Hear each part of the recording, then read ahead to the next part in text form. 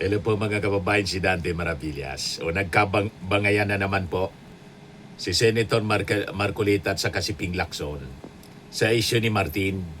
Yan, sabi dito sa report ng DCRH, Lacson Marcolita class over summoning of Romualdez in Senate probe. Di sa tingin mo niya Mr. Maravillas, sino yung nasa tamang rason? Siyempre si Ping. Si Marcoleta, puro sablay, mga kababayan. Si Ping Lacson po, may matinong pag-iisip. Si Marcoleta, matino lang mga kababayan, si Marcoleta, pag ang issue, pabor sa mga Duterte.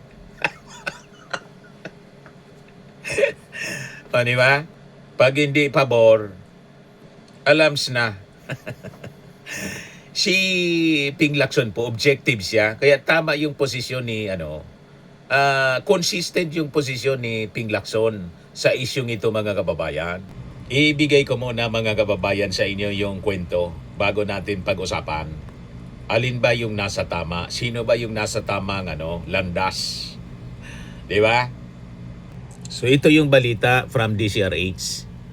A heated exchange has erupted between Senator Ping Lacson saka si Rodante Marcoleta over the process of inviting former Speaker Martin Romualdez para mag-testify daw sa Senate Blue Ribbon Committee investigation sa issue ng flood control anomalies.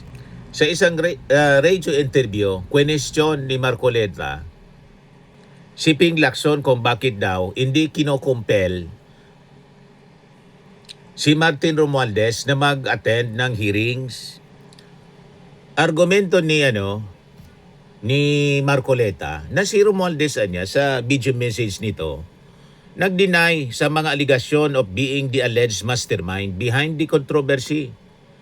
Ito niya ay indication ng kahandaan niya to face the inquiry and should warrant an immediate summons.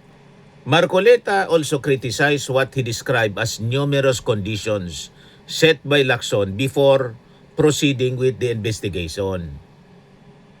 Pero kinontra ni Ping Lacson ang mga sinabi ni Marcoleta. Lacson defended the committee's approach citing the long-standing principle of interparliamentary courtesy between the Senate at saka ng House of Representatives. Paliwanag mga kababayan ni Ping, yung mga invitations niya to incumbent members of the House must be coursed through the current Speaker, si Faustino D., in accordance with congressional tradition. Lacson stressed that interparliamentary courtesy niya is a time-honored tradition since the establishment of the country's bicameral legislature and insisted that it must be respected in the conduct of Senate inquiries. Correct, mga kababayan. Dapat idaan sa tamang proseso at tamang tao. Gustong i-violate mga kababayan yung time-honored tradisyon ni Marcoleta. At unang-una mga kababayan, yung mga kaalyado nga niya na mga senador tulad ni Bato de la Rosa, yun mismo ang ginamit na rason ni Bato de la Rosa.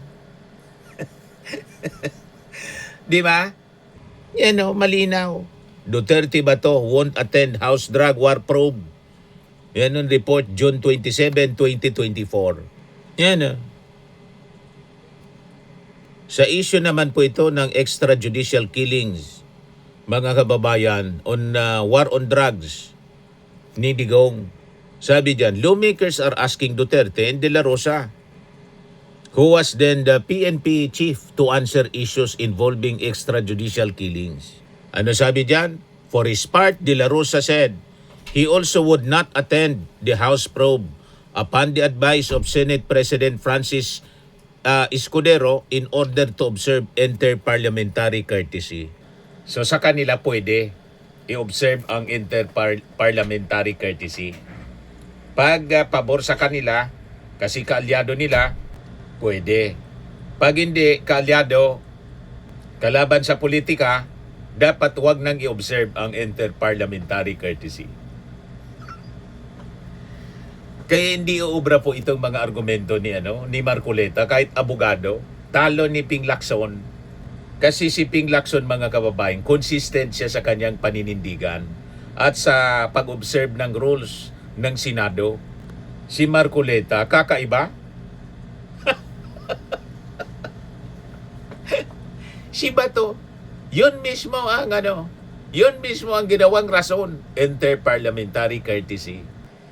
Si Marcoleta gustong ipasumpena, mga kababayan, si Martin Romualdez. Ayaw ng ganong sistema ni Ping Lacson. Iba kita niya si Toby Chango, nag-appear. Hindi yun hindi sinumpena, nag-volunteer yun. Kasi para magamit niya sa propaganda. DDS na si Toby Chango kasi. O, di ba? Mga kababayan. Yan voluntary appearance, hindi sa pilitan. Nilinaw ni Ping Lacson na ang pagdalo ni Toby Chanco noon ay voluntaryo, hindi bunga ng subpena. Kung gusto nilang pumunta, welcome sila. Pero ang pilitin sila gamit ang kapangyarihan ng Senado, hindi natin pwedeng gawin yan, sabi po ni Ping Lacson. Ang tamang hakbang niya ay dumaan sa Office of the Speaker, hindi direktang pagsubpena sa mga kongresista. Pinuna ni Lacson na dati ring ipinagtanggol ni Marcoleta ang parliamentary courtesy para protektahan ang OBP, pero ngayon ay nais niya itong baliin. Pag pabor sa kanilang kampo, pwedeng baliin yung tradisyon. Pero pag hindi maaari. Si Bato mismo, ayaw. Di ba, mga kababayan?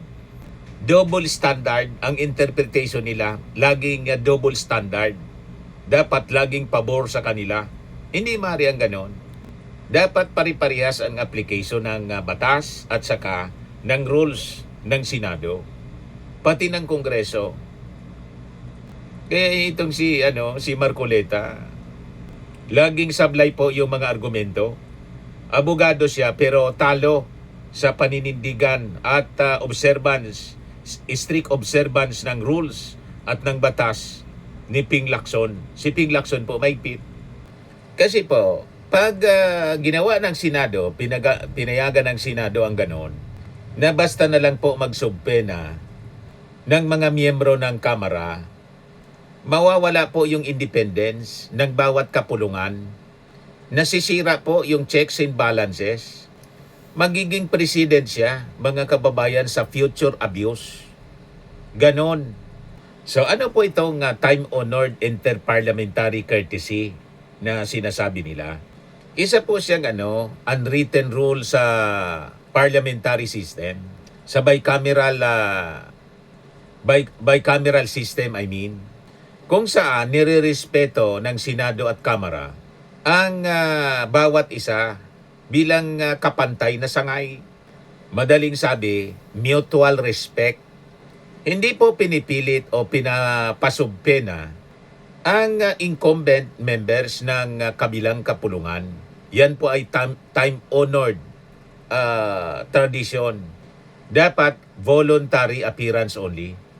Ang pagdalo dapat voluntaryo lang. O kaya dumaan sa Office of the Speaker. Hindi dapat siya sa pilitan, tulad ng gustong mangyari ni Marcoleta. Hindi po siya simpleng courtesy,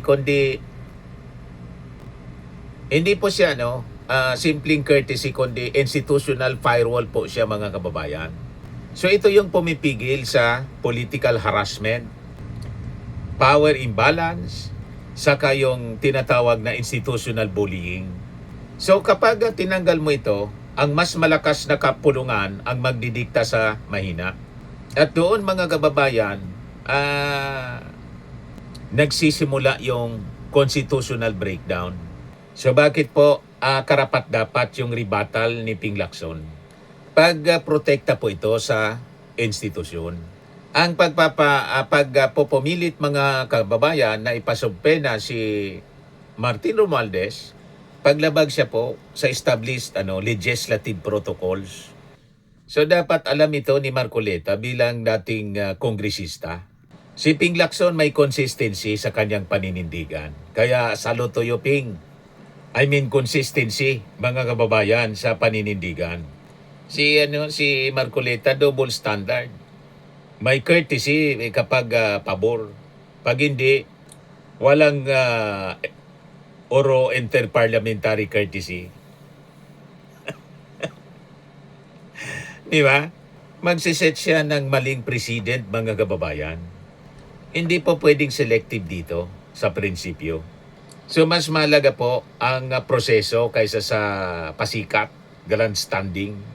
Mismong si Bato de la Rosa, mga kababayan, in-invoke niya yung interparliamentary courtesy. Di ba? So pwede kay Bato kasi kaalyado mo. Kakampi ninyo. Kay Martin hindi pwede kasi kalaban ninyo. Yan ang masama dito kay Marcoleta, mga kababayan. So kapag mga kababayan, ang layunin natin ay hustisya, ang paraan dapat legal. Kapag ang paraan ay mali, kahit tama yung intensyon, bagsak ka pa rin, mga kababayan. Ang respeto sa bawat institusyon ay hindi yan pagtatakip. Pundasyon siya, mga kababayan, ng tunay na hustisya. Kung handa kang baliin ang batas para ka lang makapuntos, ang tanong niyan, mga kababayan, ang tanong diyan, hustisya ba yung habol mo? O pasikat lang, eksena lang, grandstanding lang? Tama pa, mga kababayan?